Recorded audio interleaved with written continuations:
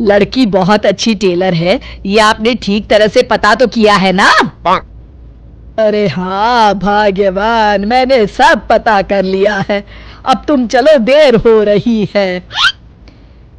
मेरी समझ में एक बात नहीं आती कि तुम मेरी शादी करने की बात करने जा रही हो माँ, या अपने दुकान के लिए नई टेलर देखने जा रही हो? अरे चुप कर, अभी तू बच्चा है, दुनियादारी के बारे में तुझे कुछ नहीं पता।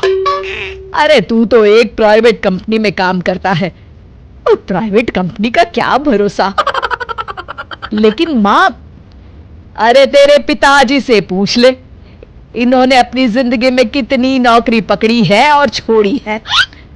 अरे वो तो मैं थी जो सिलाई करके घर चलाती थी। अरे बेटा, बुरा वक्त कभी फोन करके नहीं आता।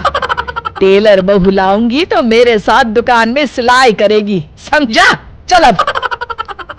दोपहर होने तक तीनों लड़की वालों के घर पहुंच जाते हैं। सभी बातें और चाय पानी होने के बाद, बहन जी, आपका बेटा रोहित एक अच्छी कंपनी में काम करता है और अच्छी तनख्वाह भी है। बस हमें और कुछ नहीं चाहिए। हमें आपका बेटा बहुत पसंद है। हमें भी आपकी बेटी मीना पसंद है जी। मुझे लगता है हमें बच्चों को भी आपस में बात करने का मौका देना चाहिए। हाँ हाँ, आपने बिल्कुल सही कहा भाई साहब। जाओ बच्चों, बाहर जाके बात कर लो।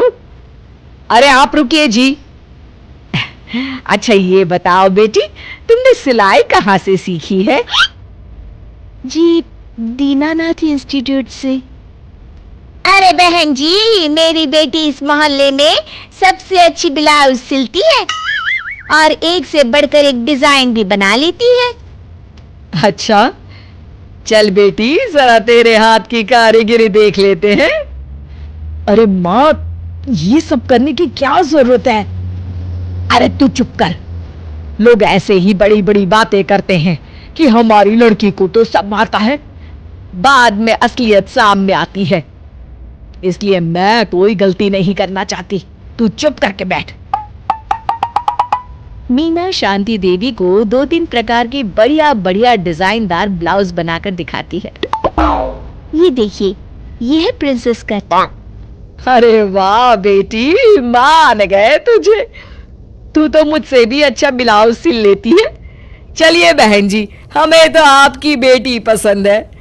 अब इसी बात पर मुंह मीठा कराइए। जी बिल्कुल। इस तरह रोहित और मीना की शादी हो जाती है।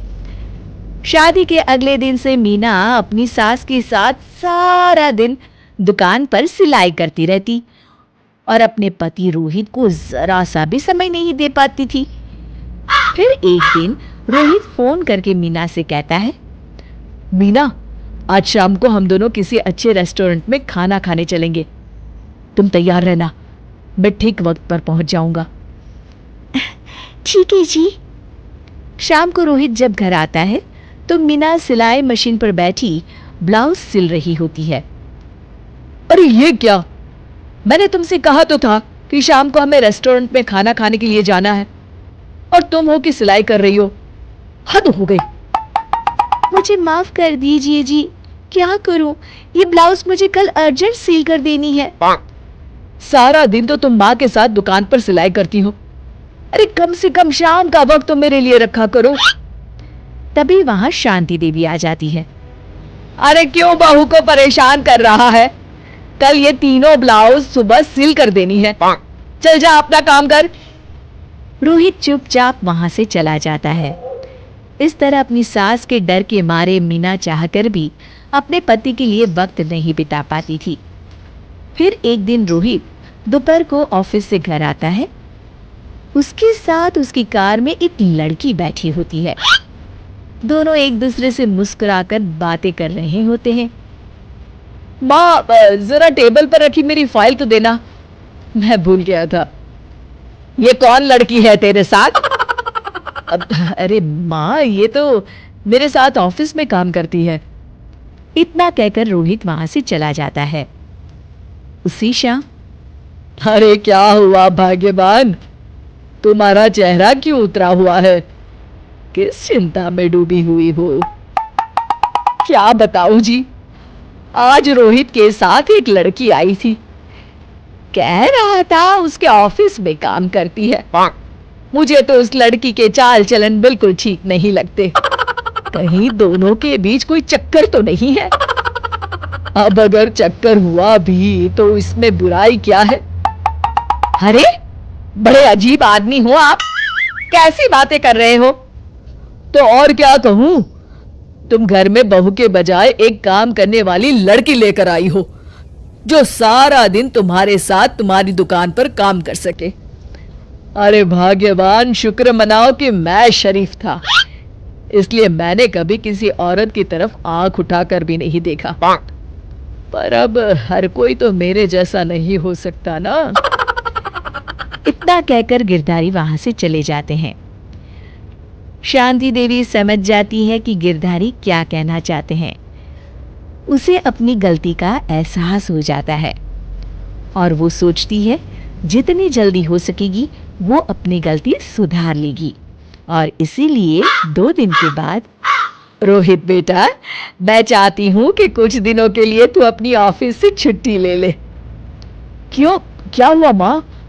अरे कुछ नहीं बेटा, मैंने तेरे और बहू के लिए शिमला की 2 टिकट बुक की है।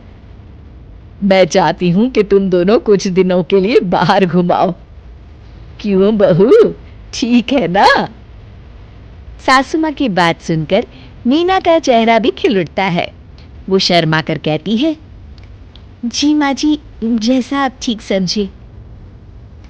और इस तरह शांति देवी पूरी तरह से बदल जाती है।